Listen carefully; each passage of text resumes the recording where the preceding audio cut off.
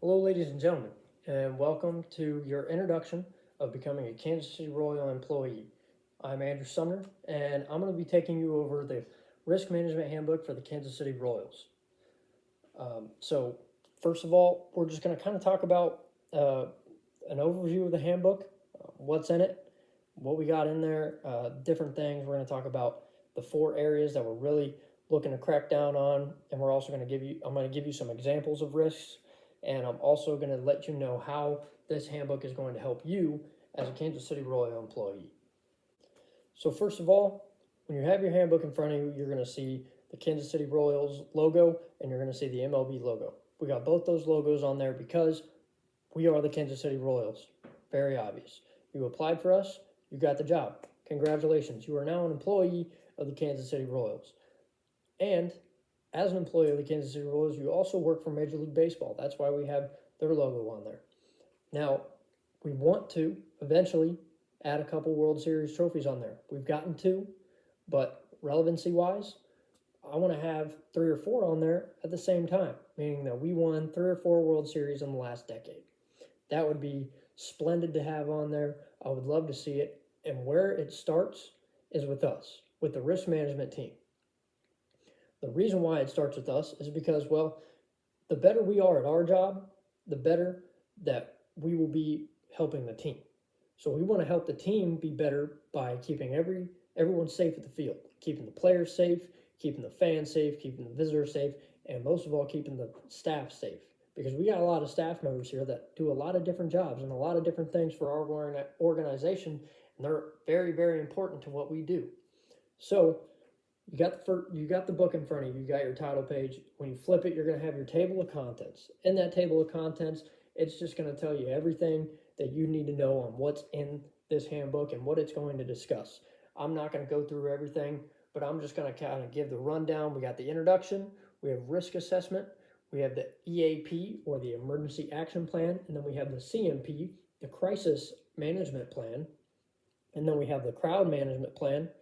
We have our references and we have our appendices. Before we get into the introduction of our risk management handbook, let's go ahead and just talk about the definition of risk management.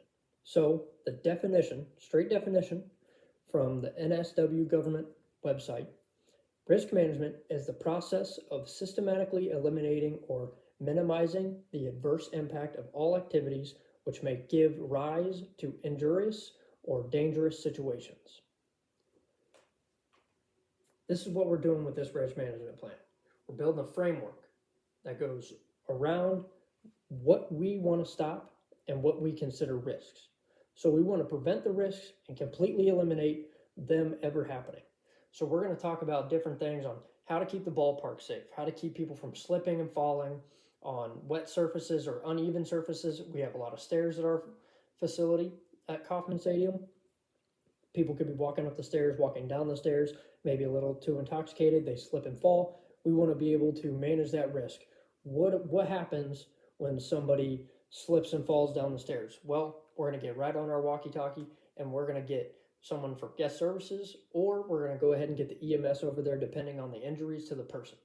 If, they slip and fall and they've had a bad injury and they don't think they can get up right away, EMS needs to be called. Emergency services can come over and they can help the spectator, fan, or visitor with what they need. And that's what we want to do in that situation. So first, let's go ahead and get into the introduction. What is the purpose of our handbook? So the Kansas City Royals Risk Management Handbook is designed to provide a comprehensive framework tailored to our organization for identifying, assessing, and managing risks associated with game day operations, events, and facilities at Kauffman Stadium. We have a lot of games played here. 81 of 162 games are played at Kauffman Stadium. We have a possibility of hosting all-star games, which one time a year, but we have a futures game. We'll have a celebrity softball game. We will have a home run derby, and then the all-star game. That's 4 major events that we would host at our field if we were to get the all-star game. And we want to be able to be on hands for everything that might happen. We want to take every risk involved in any of those events, and we want to eliminate it immediately. We do not want anything to happen at those, because if something happens during the All-Star game, we may never get it again, or it'll be a very long time until we get it again. We had it in 2012. It was a very, very good event. We ran it very well. We did what we could. We made souvenirs. A lot of people have them. We did this, and we had a great time getting that event done. We had no issues. The fans had a great time. The players had a great time. We took care of the players. We took care of the managers. We took care of everybody that needed to be taken care of. And that is exactly what we want to do every time, because we want to be up there for that event every chance that we get. Because the more events like that we have, the more people we're going to bring to Kauffman Stadium and show them how beautiful our stadium truly is. So let's go ahead and talk about why risk management matters. Risk management matters because there are numerous risks that exist in a high-profile, large-scale environment such as Major League Baseball. There are safety hazards, operational malfunctions, emergency services that we might need, crowd control issues, because during times like the All-Star game, big crowd, probably going to be sold out, going to be a lot of people there, going to be a lot of staff, going to be a lot of outside staff that the MLB provides for us, that they want to, get different things for the league to have. And then we have our staff that is trying to take care of our facility and take care of Kauffman Stadium. So we want to minimize all those risks. We want to assess them, and we want to get a good grasp of what might happen and what could happen, but we are going to prevent. So what might happen, what could happen, but it's going to be prevented. We don't want any of this to happen. It possibly could still happen, even if we put a prevention plan out there. But if we have it happen, we know exactly what to do as soon as it happens. I'm going to go ahead and give another example. So let's say somebody, we have a very big stadium, and we have an outfield experience portion that is made for kids. It's a great part of our stadium, probably one of the best parts of our stadiums, especially if you're a little kid. You love it. You love it out there. There's a carousel. There's a little K where they get to feel like a big leaguer. They're on a turf field. They get to hit balls. They get to run the bases. They get to field if they want. We got the carousel too. We got base running where they get to show off their speed. We have a playground. We got fountains. We are the city of fountains. We might as well have fountains in our kids' area. So we got that out there. We want to keep the kids safe as well. Now let's just go ahead and let's talk about what happens if, maybe we got little Timmy and he's lost his mom. He's lost his dad. He doesn't know where they're at. He's out there in the outfield experience. He's used all of his tokens. He's not sure where his mom and dad are at, and he comes straight to you. This is going to be our game day associates that are working in the outfield experience, our outfield experience associates. When a little kid comes up to you and they say, hey, they're not going to say hey, but when they come up to you and they're like, I can't find my mom and dad, I need to find my mom and dad, you can say, all right, I know exactly what to do because my risk management handbook told me this. You can get on your phone, you can get on your walkie-talkie, you can go to your supervisor right away and you can say, hey, I have a lost little kid. We need help finding his parents. Right then and there, supervisor takes over. He can either walk the kid to guest services himself. He can walkie somebody from guest services saying, hey, we have a lost child. I just want to inform you so you can get a message out there to the fans if they are missing a child. They are with you at guest services or they are here in the outfield experience. I'm going to discuss risk assessment. And the big thing about risk assessment that I really want to talk about is why employees should care about minimizing risks. Here at the Kansas City Royals, every employee plays a vital role in creating a safe and enjoyable experience for players, fans, staff, and visitors. We have visitors from all over the nation. We got visitors from all over the country. We got visitors from all over the world. Sometimes people want to come out and they want to watch the Kansas City Royals play, or they want to watch their favorite player or team play the Kansas City Royals. Some people like to travel with their team, and we want to make sure that they have a great experience at Kauffman Stadium with not only the game and how it's played, but with our staff and how we treat all of our people and how safe we make a ball game feel. So we also want to minimize risks. Minimizing risks is a shared responsibility. We are a team here. Each team member must understand the direct impact that they have on our organization and its overall safety and reputation, because we are all a part of this team. This is all of us together. And if one person isn't doing the right thing, then it might strum down its way to other people not doing the right thing. And that's not what we want when running an amazing organization. We want to have a top-notch organization. We might be a small market team, but we want to act like we're the New York Yankees, we're the Los Angeles Dodgers. We want to act like we are a very prestigious organization, because that's what we want to be. We want to grow ourselves into being a very prestigious and a very, very safe organization.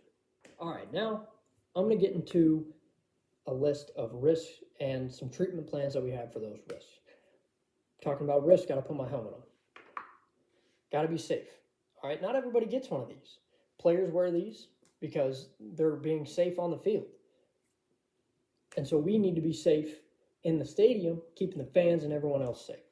So one big thing that I want to talk about, it's not on our list of risks and treatment plans, but it's just an issue that we need to talk about. And the MLB has came out and they said they want every stadium to have nets that go from the backstop behind home plate all the way to the foul poles to keep fans safe from foul balls, from bats, from anything else that might be coming off the field and then into the stands. Yes, we still want the fans to have that souvenir of getting a home run ball or a foul ball, and maybe even a bat or two that comes out of the hands. But with the bats, we want the players to give them that. If the player breaks a bat and they want to give it to a fan, by any means, let them give it to the fan. That is their souvenir, and that's what they want. That is the fan experience that we are looking for. And we want to limit the risk of things like this happening. This is a broken bat. As you can see, that is very sharp, and it's wood, so it's very sharp. It's not soft by any means. It's very hard. This can really hurt somebody if it were to fly into the stands and it hits somebody that might not be paying attention at the moment. Maybe they just look away for a split second and bam, something happens. There's a broken bat going into the stands, or there's a bat or a ball. We want to make sure that the fan is as safe as possible, so that's why we have the nets up, and we want to keep those nets in great shape, because the better shape that those nets are in, the better that our fans are going to feel, and they're going to be more safe in the stadium, and we're going to have less risk of things happening, such as the bats or the balls flying and hitting somebody that might not be paying attention. So let's go ahead, and I'm just going to jump into a couple of these lists, these risks and stuff, just kind of break it down for everybody. So as you can see, we have the risk laid out, and then we have the definition of the risk. We have probability of it happening, the severity of it happening, and then we have a treatment plan for if it does happen, what do we do here? How do we fix this, and what do we need to do?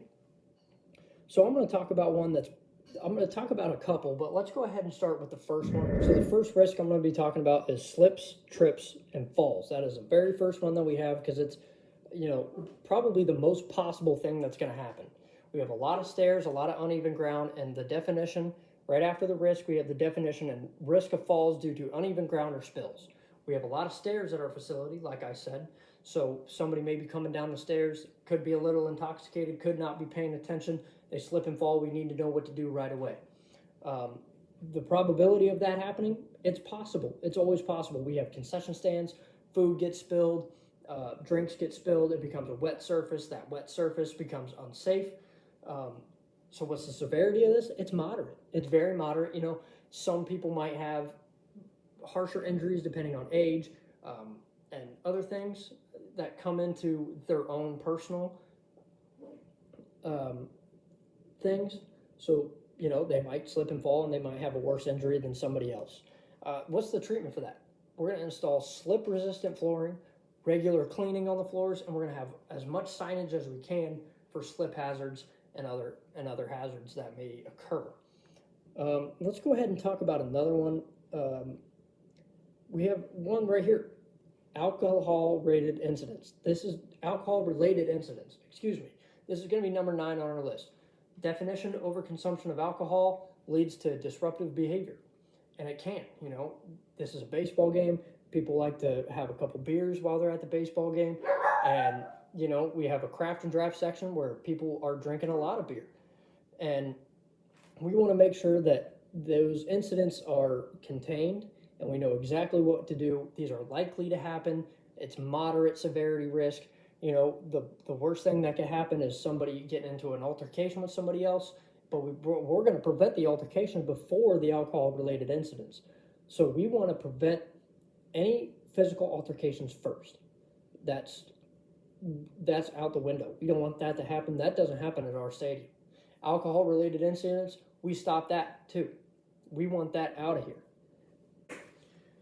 All right, ladies and gentlemen, thank you very much for watching this video. I've had a great time explaining to you the risk management handbook and why it's important and why we're going to use it a lot at the Kansas City Royals. I also want to just congratulate you again for becoming an employee with this great organization. I'm excited to get to working with you guys, and I'm excited for the next season. Let's go Royals.